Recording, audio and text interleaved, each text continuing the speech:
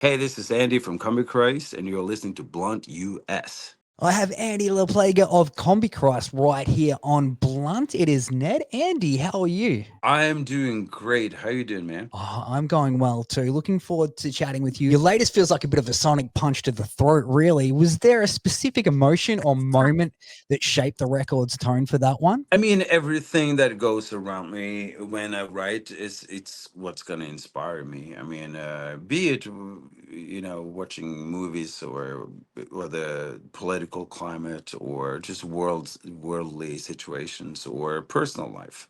Whatever has the most impression on me at the time. As you know, the U.S. it's not exactly very united right now. No. It's very at each other's throats, and it's definitely been shaping a lot of our reality, and also it also bleeds into art. Oh, it does. And having said that, Not My Enemy has a very grim defiance to it. Who's the inspiration to that one? Is it inspired by anyone at all? I mean, everybody, like I said, when people are so divided, but there's so much internal conflict inside of the sides again too. It's like go take like there's only like everybody's like, oh, it's just two sides. So like either you are with us or you're with them. Mm. But now you're arguing with me within us that like you're entitled enough to let me know that if you don't think exactly like me you're going to be one of them, and this is kind of where it touches on. We're just like we're all like in this together, like it's there is no enemies in this thing. It's like it's the only enemy that we have is the 1% or whatever that sits on top and just don't give a fuck about the rest. That's the only enemy we really have. Like nobody else is really the enemy. We're just everybody else who are yelling other people's opinions. They're just foot soldiers in this. They don't really belong to the elite of the world, and we're all in this together. Like we're just got to be stop being so at each other's fucking throats all the time. Yeah. And it's not political. I said this all the time. It's like it's ironically my political stance is not political. My political stance is just good people who tolerate other people, who could, uh, for people who are, uh, inclusive and tolerant and just good-hearted people versus assholes. That's really where we at. I think that's as simple as you could be when you break down. Anything outside of that, when it's nothing to do with actually human rights and just for people to just exist, outside of that we can discuss anything. It is fine. We can discuss money, we can discuss finances and these other things, and I don't really give a fuck about those things. That's why I never really was outspoken politically, because I don't really give a fuck about politics, but I do give a fuck about human rights, and that's what Yeah, mate. inspires me a lot. And then I have to 100. step back and try to rewrite all that inspiration into something different, because I don't want me to be just another voice yelling opinions. So you have to take that and turn it into art again. So it's like back and There's forth. like a fine line. Yeah. Yeah. Yeah, no, I hear what you're saying for sure, man. And I was like you, obviously, like you, a bunch of albums down on Combichrist, and you did release a solo track back in 2021, I Will Mhm. Heal. Uh, is there any status on you maybe jumping in and following up to that, Andy? That album is completely done. um and Yeah.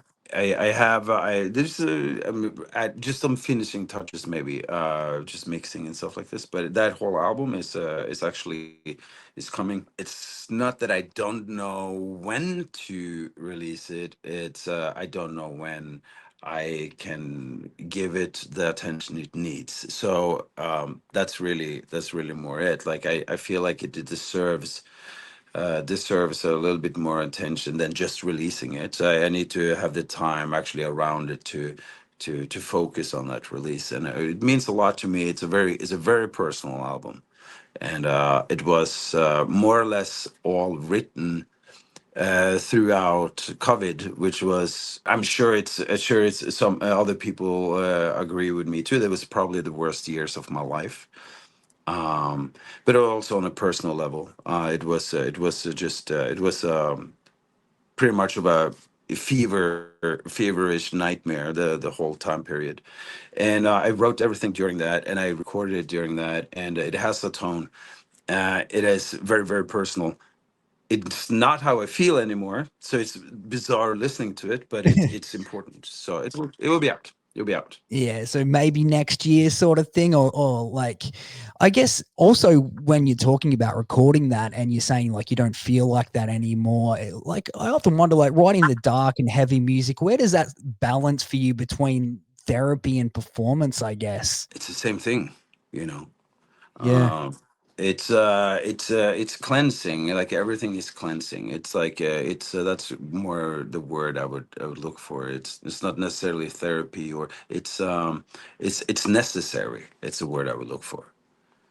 Yeah. Very well said right there. And let's switch things up, Andy. I wanted to know what's the weirdest fan interaction that you've had throughout the years at meet and greets and whatnot? Dude, I I, I don't even know where to start.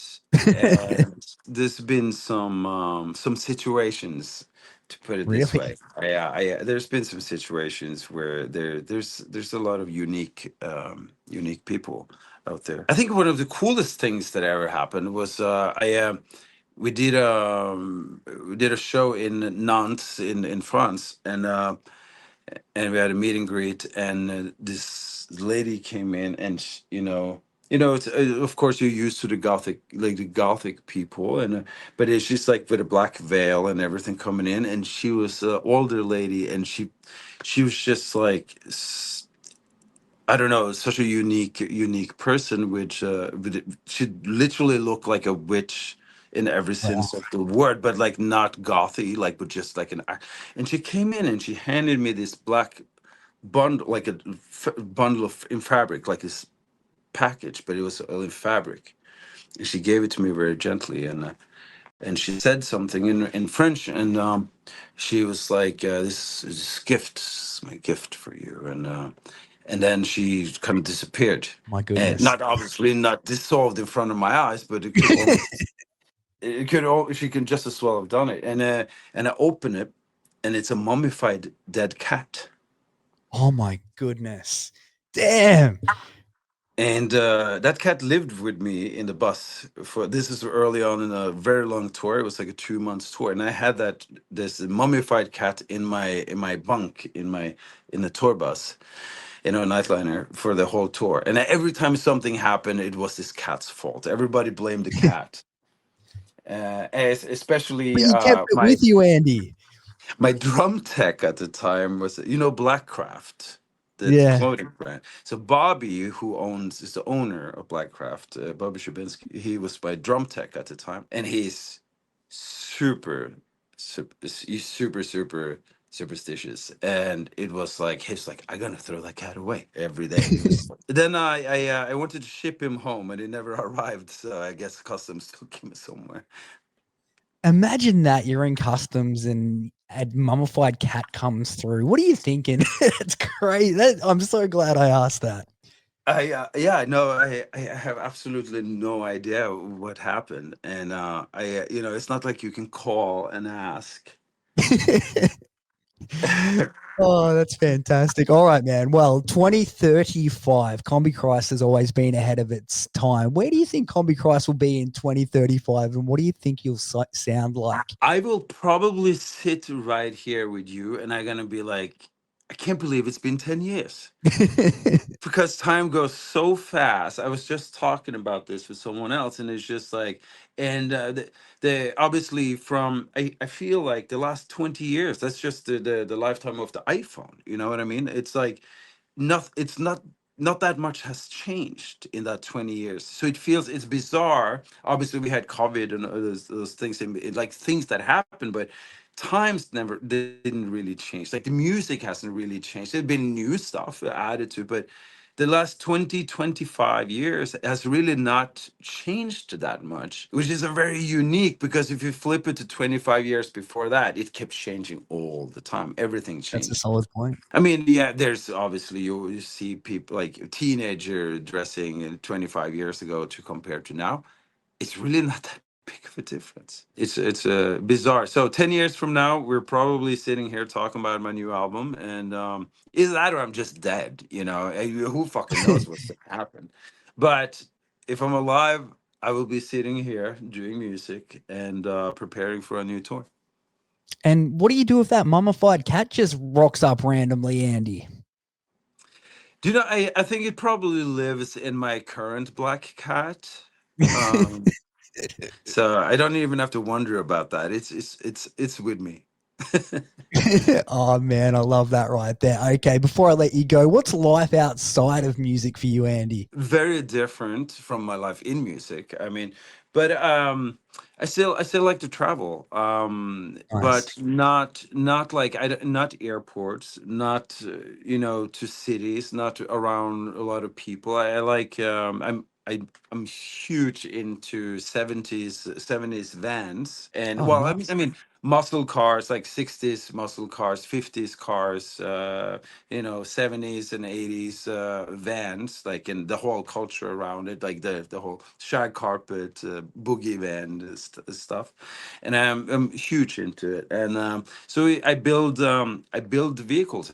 I build 60s, 70s style shoppers and stuff too. And I just That's build and amazing. ride.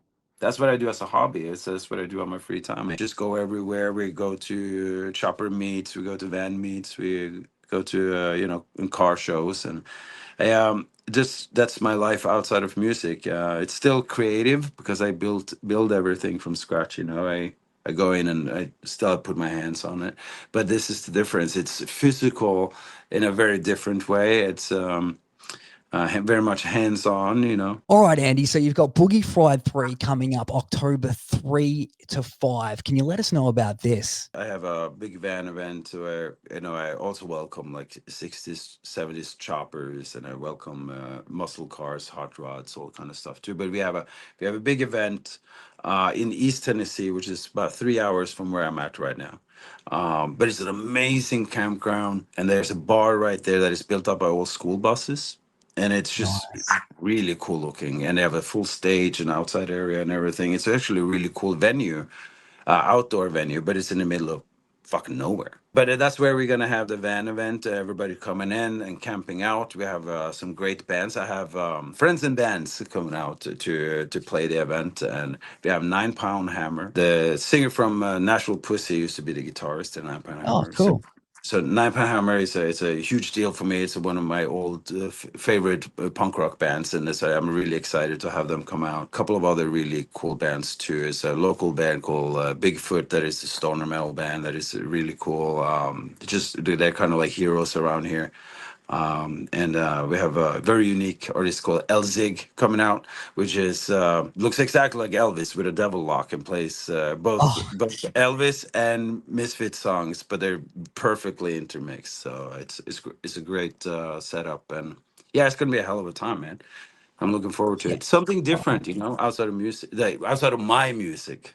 So exactly. it's cool to do something. It's cool to be the organizer once a year. That's super cool, Andy. And just real quickly, are you heading back out to the US anytime soon to tour with Well, Combichrist? so we're doing I'm a little like we touched on this earlier. It's like for everybody said it's everybody's throats so much right now. So it's in one way I don't want to go on tour in the U.S. right now because it's just so like confrontational, and everybody needs Yeah. to hate each other, and it's not the ultimate way to go out on tour. I remember when we were on tour right after 9/11, 2000, 2001, and it was a completely the opposite. Everybody was so united, and it was like one of the best tours I've ever been on because everybody was just it's solidarity, it was a solidarity, and everybody was just there, and it's kind of so it's got a bad taste in my mouth, but at the same time, I know that people, including myself, needs distraction more than ever as well. So to go out and do give everything of yourself on a stage in front of a crowd that I know needed right now too. That's also huge for me right now. So we are planning on another US tour. Not sure exactly where we land, but we're looking at probably May or June next year. Oh, nice. So plenty to look out for. We've got Boogie Fried 3 heading our way October 3 to 5, and then hopefully mid next year on the tour. And really appreciate you taking time out, Andy. You can hit this man up, Instagram.com/Andy LaPlegua official. My pleasure, man.